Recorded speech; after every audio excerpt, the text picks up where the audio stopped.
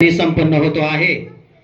या मेळाव्याला उपस्थित असणारे जिल्हाधिकारी महोदय तथा शिव साहेब, त्याचबरोबर प्राथमिक गट शिक्षणाधिकारी महोदय पाटील साहेब, माध्यमिक शिक्षणाधिकारी साळुंके मॅडम, त्याचबरोबर प्राचार्य मॅडम, हे सर्व प्रेरक मंडळी या ठिकाणी उपस्थित आहेत।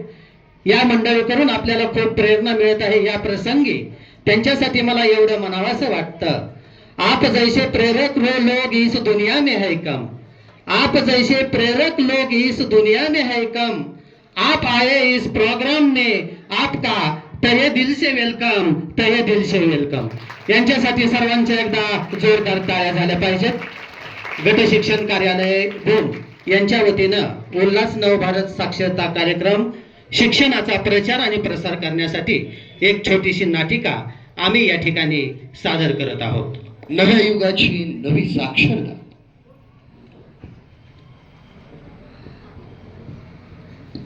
काय बाई, ही पतूर आलंय पतूर, ही पतूर आलंय मुंबईहून आमच्या धान्याचं पतूर आलंय म्हणते ते असे। आता काय सांगू बाई, मला तर हे वाचायला बी येत नाही, काय लिहिलंय काय कळना, हे माझ्या डोक्यालाच ताप आहे बघा। आता कोणीतरी वाचून देता का वाचून? आता कोणाकडून वाचू बाई हे पतूर? मला वाचायलाच येईना। शाळेत गेले असते तर बरं झालं असतं बाई, ही पंचायत माझ्यावर आली नसते। हो रामराव, रामराव, बोला बोला, काय झालं? अहो, हे माझ्या धान्याचं पतूर आलं, जरा मला वाचून दाखवता का थोडं? अगं मला तर लय काम पडले ती, आणि तुझं पत्र कुठं वाट बसू मी? मला अहो. टाइम नाही, वेळ नाही बघ।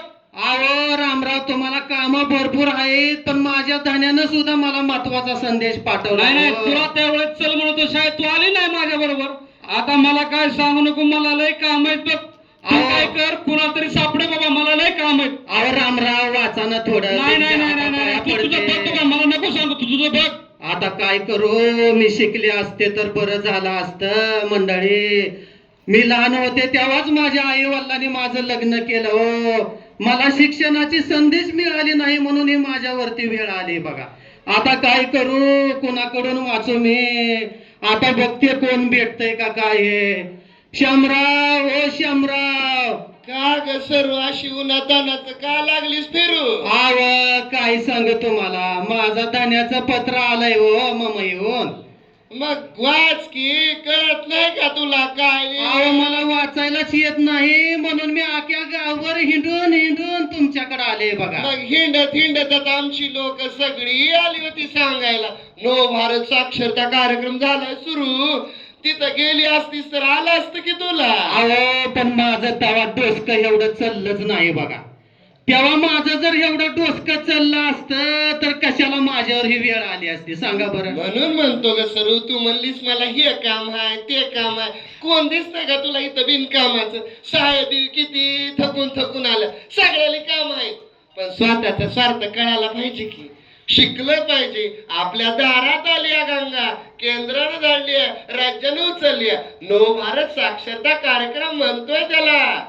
अहो सगळं खरं आहे, पण मी काय करू आता? मला सांगा, हे पत्र वाचून दाखवावं जरा।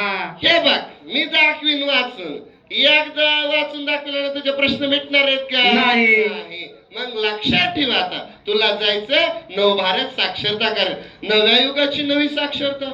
आणि तू त्या दिवशी काय करीत होतीस म्हण? म्हातारी लईच आगाव आहे, ती म्हणली ऐकते तर आणि फोन मधून पैसे पाठवी द्या। काढलाय फोन चांगला आणि घेतली 100ची नोट आणि कुमती फोनात कशी जाईल तवा?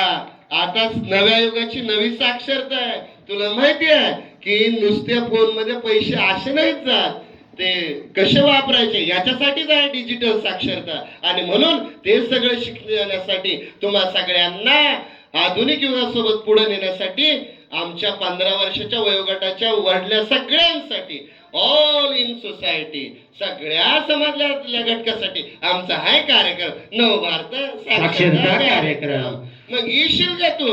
अहो पैसे मोबाईल मध्ये घालायचं म्हणताय, पण काय सांगू तुम्हाला, मोबाईल मधलं पैसे सुद्धा माझं गेलं हो। नक्कीच जाणार बघ, आणि जी नाही शिकणार का त्याचे बी जाणार।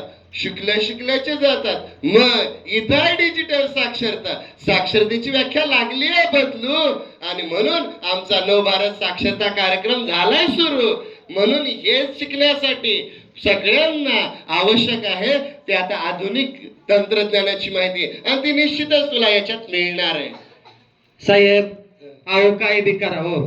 आणि दुसरी गोष्ट सांगतो तुम्हाला, माझ्या हाताला कामच नाही बघा. मी बेरोजगार आहे आणि असं वेट बिगारीचं मी काम करते, गवंडी आहे. माझ्या हाताला बी काहीतरी काम द्या जरा साहेब. खरं बोलले. अनेक लोकांना नाही काम, अकुशल बिगारी करतात ते काम. पण या साक्षरता कार्यक्रमात तुम्हाला पाहिजे असेल तर व्यावसायिक जीवन कौशल्य इथं शिकवली जातील. निश्चितपणानं तुमची सगळी अडचण जीवनामध्ये जीवन सुसह्य बनवण्यासाठी, जीवन कौशल्य शिकवण्यासाठी तुला यावं लागेल या नवभारत साक्षरता कार्यक्रम. कळलं का सरू? कळलं. अहो, आता माझ्या डोक्यात प्रकाश पडला. आता आमच्या गावात सुद्धा ते स्वयंसेवक आणि आमचं गुरुजी आलं होतं. म्हणत होतं आपल्या गावात आता कार्यक्रम सुरू केलाय. मी काय मनावरच घेतलं नाही, पण तुम्ही म्हणलं तेव्हा माझ्या डोक्यात आलं. आता मी दररोज जाईन बघा तिथं. आणि म्हणूनच आहे कंटिन्यू एज्युकेशन, निरंतर शिक्षण. तुला मिळेल प्रत्येक गोष्ट इथे जीवन कौशल्य शिकवतील, आणि म्हणून तुझ्या अज्ञान होईल तुझं खल्लास. लक्षात ठेव, अज्ञान होईल तुझं खल्लास. म्हणूनच आमचा आले उल्हास. सारे शिकूया पुढे जाऊया, सारे शिकूया पुढे जाऊया. आणि या साक्षरता अभियानावरच एक गीत आम्ही सादर करतो आहोत. आता आपण ही व्यथा पाहिलेली आहे. या व्यथेच्या अनुषंगाने एक आम्ही गीत सादर करतोय, साक्षरता अभियान गीत.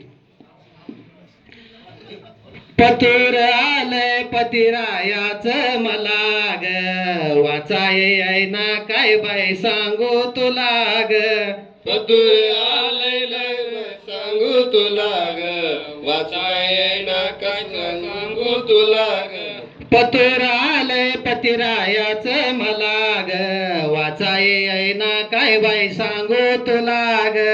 पतूर आलंय पतिरायाच मला ग, वाचाय ना काय बाई सांगू तुला ग. शाळेत कधी मी गेलेच नाही, आईनं केली माझ्या लग्नाची घाई. आईने केली त्या लग्नाची घाई, आईनं केली हिच्या लग्नाची घाई. आईने केली त्या लग्नाची घाई. सासूनी ननंद आड्यानी म्हणत्यात मला ग, वाचाय ना काय बाई सांगू तुला ग. सासूरी ननंद बाळानी म्हणत्यात मला ग, वाचाय ना काय बाई सांगू तुला ग. निघाले एकदा माहेराला, बोर्ड गाडीचा वाचा येईना. बोर्ड गाडीचा वाचा येईना. बोर्ड गाडीचा वाचा येईना. कंडक्टर दादा दमदाटी करतोय मला ग, वाचा येईना काय बाई सांगू तुला ग. दमदाटी करतोय मला ग, वाचा येईना काय बाई सांगू तुला ग. पतूर आलंय पतिरायाच मला ग, वाचाय येईना काय बाई सांगू तुला ग. पतूर आलंय पतिरायाच मला ग, वाचाय येईना काय बाई सांगू तुला ग. म्हणून म्हणतो निरक्षरता करूया खल्लास, वापरूया उल्हास. निरक्षरता करूया खल्लास, वापरूया उल्हास. पंचायत समिती, गट शिक्षण अधिकारी कार्यालय, पंचायत समिती. धन्यवाद.